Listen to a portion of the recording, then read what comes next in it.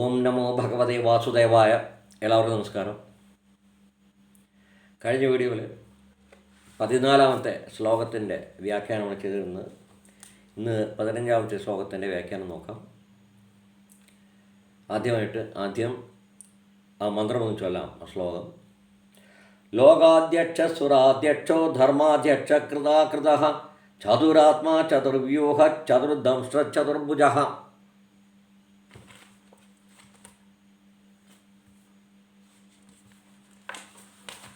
ലോകാധ്യക്ഷ എന്ന് പറഞ്ഞിട്ടുണ്ടെങ്കിൽ ലോകത്തിൻ്റെ തന്നെ പ്രഭുവായിരിക്കുന്നവൻ. ലോകസ്യ പ്രഭു സഹ ഏവ ഭഗവാൻ തന്നെയാണ്, മഹാവിഷ്ണു തന്നെയാണ് ലോകത്തിൻ്റെ അധ്യക്ഷനായിട്ട് അതോ പ്രഭുവായിട്ട് നിലകൊള്ളുന്നത്.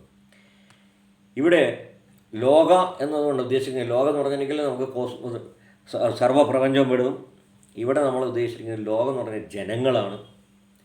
ഈ ജനങ്ങളുടെ ഏത് തരത്തിലുള്ള ജനങ്ങളെയാണ് ഉദ്ദേശിക്കപ്പെട്ടിരിക്കുന്നതെന്ന് പറഞ്ഞിട്ടുണ്ടെങ്കിൽ, ഏ ജനാഹ ധർമാചരണാർത്ഥം അർഹാഹ തേ.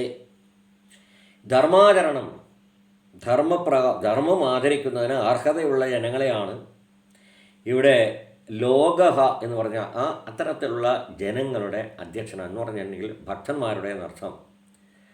അതായത് വേദവിധി പ്രകാരം കർമ്മങ്ങൾ ചെയ്യുന്നവനാണ് ഇവിടെ ലോകഹ എന്നതുകൊണ്ട് ഉദ്ദേശിച്ചിരിക്കുന്നത്. അത്തരത്തിലുള്ള ജനങ്ങളുടെ അധ്യക്ഷനായിട്ട് പ്രഭുവായിട്ടും ഭഗവാൻ വിരാജിക്കുന്നു എന്നർത്ഥം. ഭഗവാൻ വിരാജത്തെ. ഏത്? യേ ജനാഹ ധർമാചരണാർത്ഥം അർഹാഹ തേ. അവരെ ധർമാചരണത്തിന് അർഹതയുള്ളവർ എന്ന് പറഞ്ഞാൽ ഭക്തിയോടെ ജീവിക്കുന്നവർ, അതുപോലെ വേദവിഹിതങ്ങളായിട്ടുള്ള കാര്യങ്ങൾ ചെയ്യുന്നവൻ, അത് ഫോളോ ചെയ്യുന്നവൻ, അവനാണ് ഏത്? ഇവിടെ ലോകർ എന്നതുകൊണ്ട് ഉദ്ദേശിക്കുക അവരുടെ അധ്യക്ഷൻ, അഥവാ ഭക്തന്മാരുടെ അധ്യക്ഷനായി ഭഗവാൻ വിരാജിക്കുന്നു എന്നർത്ഥം. അതുകൊണ്ട് ലോകാധ്യക്ഷ എന്ന് പറഞ്ഞിരിക്കുന്നു. പിന്നെയുള്ളത് സുരാധ്യക്ഷ. സുര എന്ന് പറഞ്ഞാൽ ദേവന്മാർ. സുരാഹ ദേവാഹ. സുരന്മാരുടെയും അധ്യക്ഷനായിട്ട് പ്രഭുവായിട്ട് ഭഗവാനേക ഏവ തിഷ്ഠതി. മഹാവിഷ്ണു തന്നെയാണ്. മഹാവിഷ്ണുക്ക് ഏവ ഭഗവാനേവ. സുരാണാം അധ്യക്ഷ.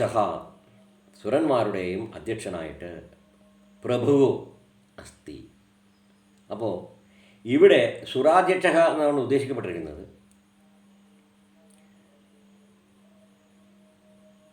ഈ ദേവതകൾ, അതായത് ധർമ്മപ്രകാരം, ധർമ്മം എന്ന് പറഞ്ഞിട്ടുണ്ടെങ്കിൽ എന്താണോ വേദങ്ങളിൽ അഥവാ വേദവിഹിതമായിട്ടുള്ളത് അത് പ്രകാരം, വേദങ്ങളിൽ പറഞ്ഞിരിക്കുന്ന പ്രകാരം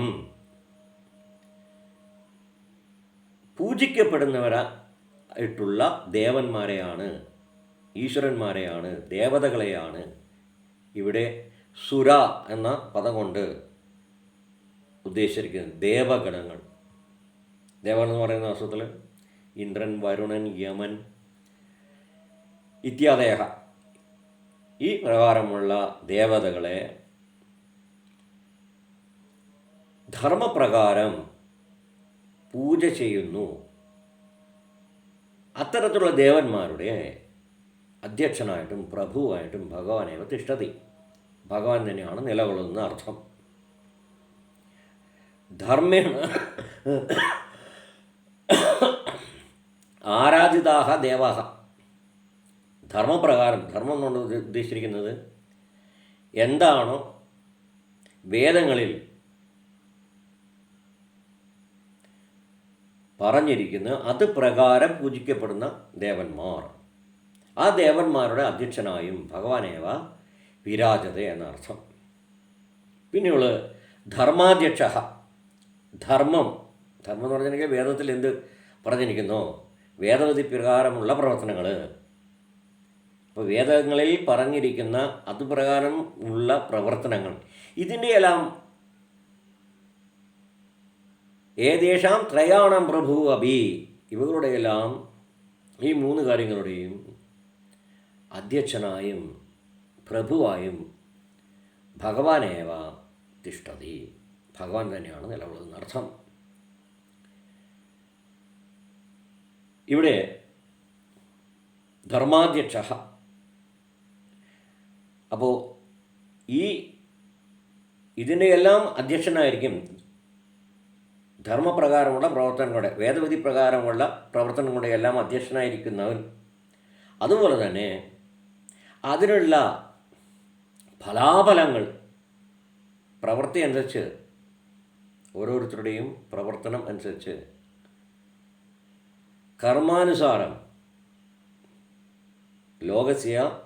അല്ലെങ്കിൽ ലോകാനാം കർമാനുസാരം ഫലം ദദാതി, ഭഗവാൻ തന്നെ ഫലവും കൊടുക്കുന്നു.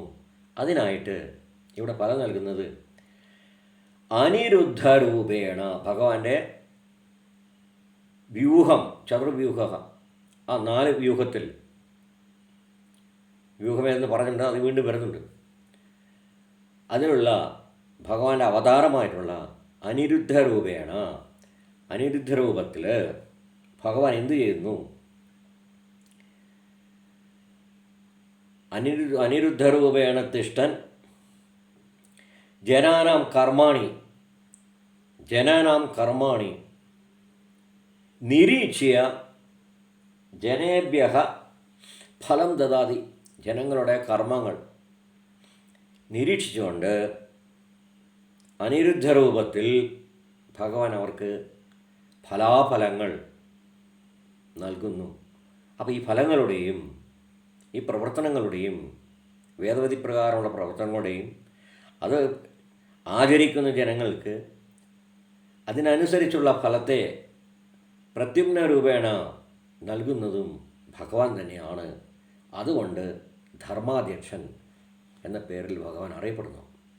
പിന്നെയുള്ളത് ധർമാധ്യക്ഷ കൃതാകൃതഃ. അത് 2 വാക്കുകളാണ്. ഒന്ന് കൃതഃ, മറ്റൊന്ന് അകൃതഃ. കൃതാകൃതഃ രൂപത്തിലും ഭഗവാൻ തന്നെയാണ് നിലകൊള്ളുന്ന അർത്ഥം. എന്താണ് കൃതഃ പിന്നെ അകൃതഃ എന്ന് പറഞ്ഞത്? കൃതരൂപത്തിലും കൃതനായിട്ടും അകൃതനായിട്ടും നിലകൊള്ളുന്നത് ആര് തന്നെയാണ്? ഭഗവാൻ. ഇവിടെ ധർമ്മം എന്ന് പറയുന്നത് ധർമ്മം 2 രൂപത്തിൽ, ധർമ്മഃ ദൗ, ധർമ്മസ്യ ദൗ രൂപൗ. ധർമ്മത്തിന് 2 രൂപങ്ങളുണ്ട്. ഒന്ന്, 2 വിധത്തിലുള്ള ധർമ്മങ്ങൾ, ദ്വിവിധാനി ധർമ്മം. ഏതാണത്? ഒന്ന് പ്രവർത്തക ധർമ്മം, മറ്റൊന്ന് നിവർത്തക ധർമ്മം എന്ന് 2 രീതിയിലുണ്ട്. മനുഷ്യൻ്റെ എല്ലാ പ്രവർത്തനങ്ങളും വേദവിധി പ്രകാരം തന്നെ ആയിരിക്കണം. അത് ഇവിടെ 2 വിധത്തിലുള്ള പ്രവർത്തനങ്ങളെന്ന് പറഞ്ഞു. 2 പ്രവർത്തനങ്ങളും വേദവിധി പ്രകാരം തന്നെയാണ് ചെയ്യേണ്ടത്. അത് എന്താണെന്ന് വെച്ചിട്ടുണ്ടെങ്കിൽ, ഒന്നാമത്തെ പ്രവർത്തനം പ്രവർത്തക ധർമ്മം. പ്രവർത്തകം എന്ന് വെച്ചിട്ടുണ്ടെങ്കിൽ പ്രവർത്തിക്കുന്നത് എന്ന് പറഞ്ഞാൽ മെറ്റീരിയലായിട്ടുള്ള, ഭൗതികമായിട്ടുള്ള, ഇഹലോകത്തിലുള്ള സുഖത്തിനായിട്ടും സൗകര്യത്തിനായിട്ടും വേണ്ടി ചെയ്യുന്ന ക്രിയകളാണ്. ഇതിനും പൂജാതി കർമ്മങ്ങൾ നമ്മൾ ചെയ്യുന്നുണ്ട്. അതും വേദവിധി പ്രകാരം തന്നെയാണ്. അതായത്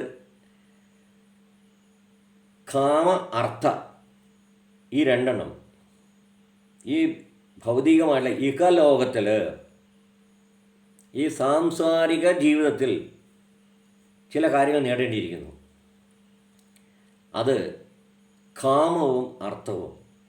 അർത്ഥം എന്ന് പറഞ്ഞാൽ സമ്പത്ത്, കാമം എന്ന് വെച്ചാൽ ആഗ്രഹങ്ങളാണ് ഉദ്ദേശിക്കപ്പെട്ടിരിക്കുന്നത്. അപ്പോൾ ഈ ലോകത്ത് ജീവിക്കുന്നതിനായിട്ട് ഇഹലോകം, ഭൗതികമായിട്ട് ജീവിതം എന്നർത്ഥം, അതിന് ചില കാര്യങ്ങൾ നേടേണ്ടിയിരിക്കുന്നു. ധർമ്മവിധി പ്രകാരമുള്ള പ്രവർത്തനങ്ങൾ നമുക്ക് ചെയ്യണമെന്നുണ്ടെങ്കിൽ ഒന്ന് പൂജാതി കർമ്മങ്ങൾ, പിന്നെ ദാനധർമ്മങ്ങൾ. അപ്പോൾ ഇത്തരത്തിലുള്ള കാര്യങ്ങൾ ചെയ്യുന്നതിനായിട്ട് സമ്പത്ത് ആവശ്യമാണ്. അപ്പോൾ സമ്പത്തിന് കാമ പൂരണാർത്ഥം, കാമം നടക്കണമെങ്കിൽ ആഗ്രഹങ്ങൾ, ഭൗതികമായിട്ടുള്ള ആഗ്രഹങ്ങൾ, വീട് വേണം, കിടപ്പാടം വേണം, വസ്ത്രം വേണം, ആഹാരം വേണം, അതുപോലെ വേദവിധി പ്രകാരമുള്ള പ്രവർത്തനങ്ങൾ, പൂജാതി കർമ്മങ്ങൾ, യാഗം ഇവകൾ ചെയ്യേണ്ടിയിരിക്കുന്നു. ഇതിനെല്ലാം തന്നെ, അതുപോലെ ദാനധർമ്മങ്ങൾ, ഇതിനെല്ലാം തന്നെ എന്താവശ്യമാണ്? ധനം ആവശ്യമാണ്. അപ്പോൾ ഈ രണ്ട് കാര്യങ്ങൾ, കാമവും അർത്ഥവും, ഇതിനായിട്ടും ചില പ്രവർത്തനങ്ങൾ ചെയ്യേണ്ടതായിട്ടുണ്ട്. വേദങ്ങളിൽ ഇതും പറഞ്ഞിട്ടുണ്ട്. യാഗാദി കർമ്മങ്ങളും പൂജാതി കർമ്മങ്ങളൊക്കെ അതിൽ പെടുന്നതാണ്. അപ്പോൾ ഈ പ്രവർത്തനത്തെ നമ്മൾ പ്രവർത്തക ധർമ്മം എന്നാണ് പറയുന്നത്. പ്രവർത്തക ധർമ്മം, ഈ അതായത് നമ്മുടെ പ്രവർത്തനങ്ങൾ, ധർമ്മപ്രകാരമുള്ള പ്രവർത്തനങ്ങൾ, വേദവിധി പ്രകാരമുള്ള പ്രവർത്തനങ്ങൾ, ഭൗതികമായിട്ടുള്ള ആഗ്രഹസാധ്യത്തിനായിട്ടുള്ള പ്രവർത്തനങ്ങളാണ്. അപ്പോൾ ഇതനുസരിച്ചിട്ട് ഭഗവാൻ, കാരണം ഇത് എറ്റേർണൽ അല്ല, സ്ഥിരമല്ല, അസ്ഥിരം. കാരണം ഭൗതിക ജീവിതം എന്ന് പറയുന്നത്, ഇഹലോകവാസം എന്ന് പറയുന്നതിന്, അതുപോലെ തന്നെ നമ്മളെ ഈ ആഗ്രഹപൂർണ്ണാർത്ഥം ചെയ്യുന്ന അഥവാ ആ സാധനങ്ങളും ഇവയുടെയൊക്കെ നേട്ടങ്ങൾ നേടിയെടുക്കൽ എല്ലാം തന്നെ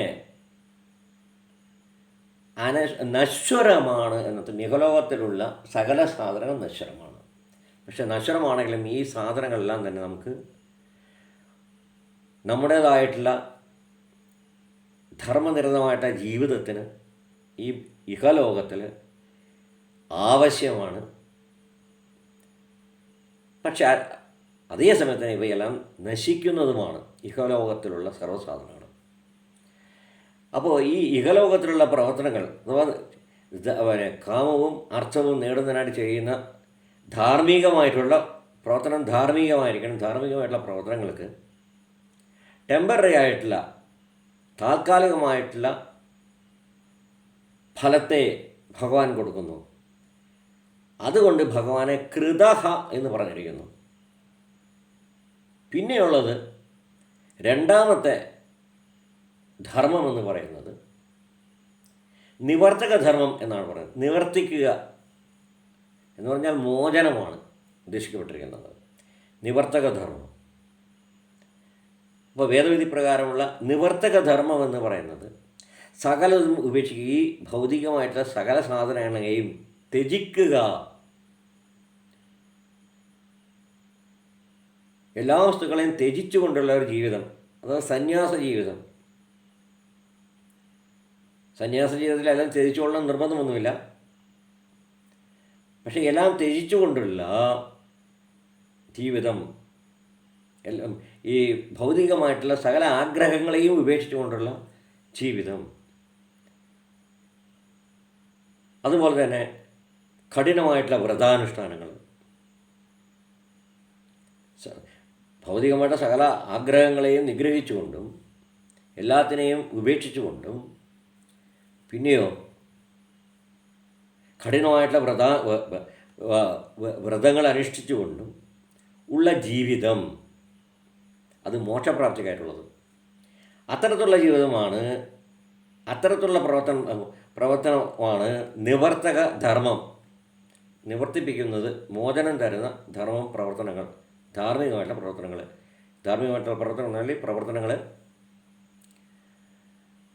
ശാസ്ത്രരഹിതമായിട്ടുള്ള, അതായത് വേദവിധി പ്രകാരമുള്ള കർമാണി, പ്രവർത്തനങ്ങൾ, അതിന് നിവർത്തക ധർമ്മം എന്ന് പറയുന്നു.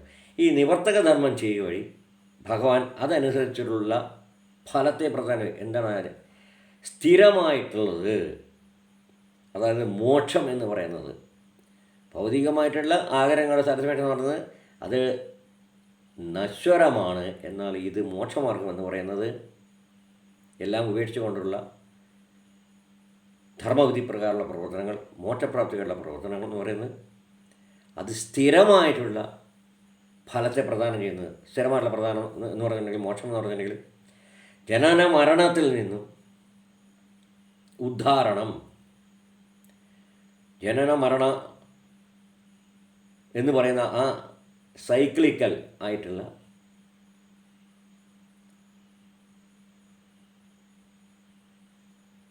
കെട്ടുപാടുകളിൽ നിന്നും ഉള്ള മോചനം കിട്ടുന്നതിനായിട്ട് ധാർമ്മിക പ്രവൃത്തിയാണ് ഇവിടെ നിവർത്തക ധർമ്മം എന്ന് പറഞ്ഞിരിക്കുന്നത്. അപ്പോൾ ഈ നിവർത്തക ധർമ്മം ചെയ്യുന്നതിനനുസരിച്ചിട്ട് ഭഗവാൻ നമ്മളെ നിവർത്തിക്കുന്നു. ശാശ്വതമായിട്ടുള്ള ഒരു ഫലത്തെ, അഥവാ മോക്ഷത്തെ ഭഗവാൻ കൊടുക്കുന്നു. ജനന മരണങ്ങളിൽ നിന്നുള്ള മോചനത്തെ നൽകുന്നു. ഇത് സ്ഥിരമാണ്. അതുകൊണ്ട് അകൃതഹ എന്നും ഭഗവാനെ വിളിക്കുന്നു എന്നർത്ഥം. അതാണ് കൃതാകൃതഹ എന്നാണ് ഉദ്ദേശിച്ചിരിക്കുന്നത്. പിന്നെ ചതുരാത്മാ, ചതുരെന്ന് വെച്ചാൽ നാല് ആത്മാവെന്ന് പറയുന്നത് ഇവിടെ ഭഗവാന്റെ 4 രൂപം തന്നെയാണ്. പരമാത്മനായ വാസുദേവ രൂപവും, പിന്നെ ആ വാസുദേവൻ്റെ തന്നെ ഭഗവാന്റെ മറ്റ് 3 രൂപങ്ങൾ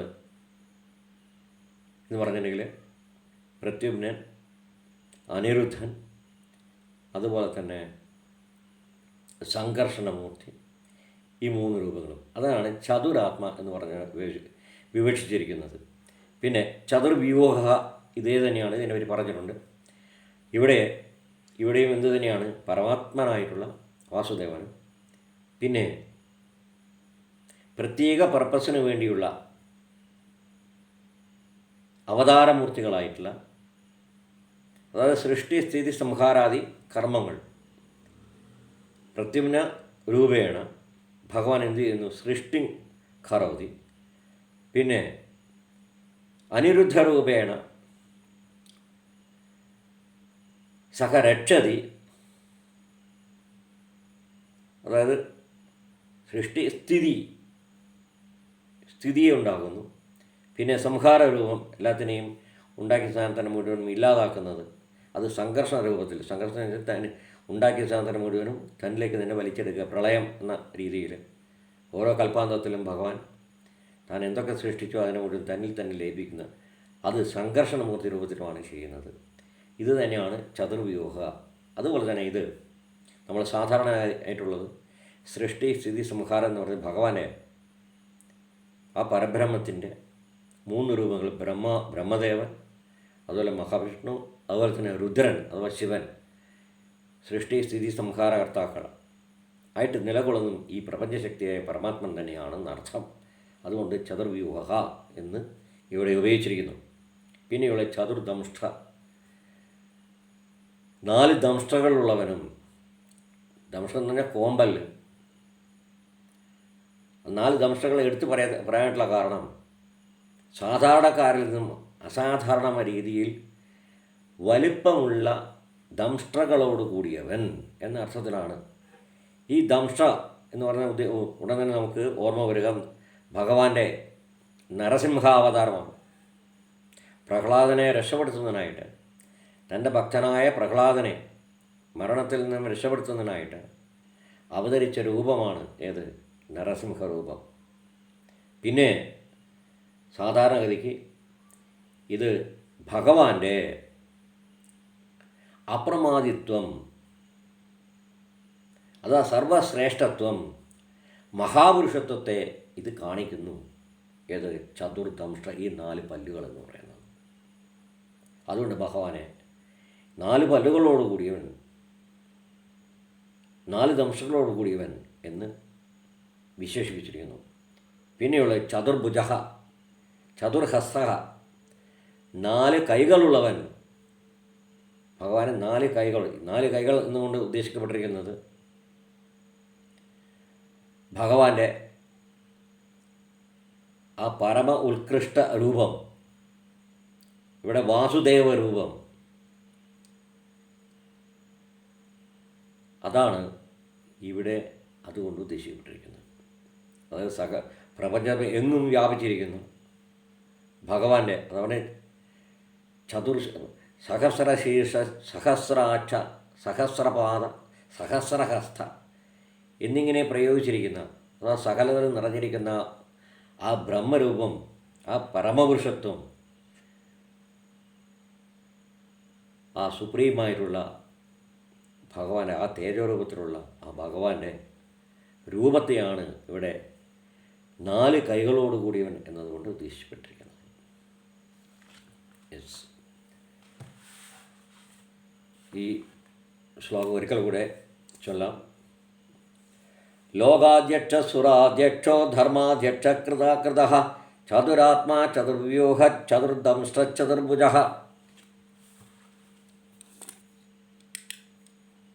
അടുത്ത വീഡിയോയിൽ 16-ാമത്തെ ശ്ലോകത്തിൻ്റെ വ്യാഖ്യാനമായിട്ട് നമുക്ക് വീണ്ടും കാണാം.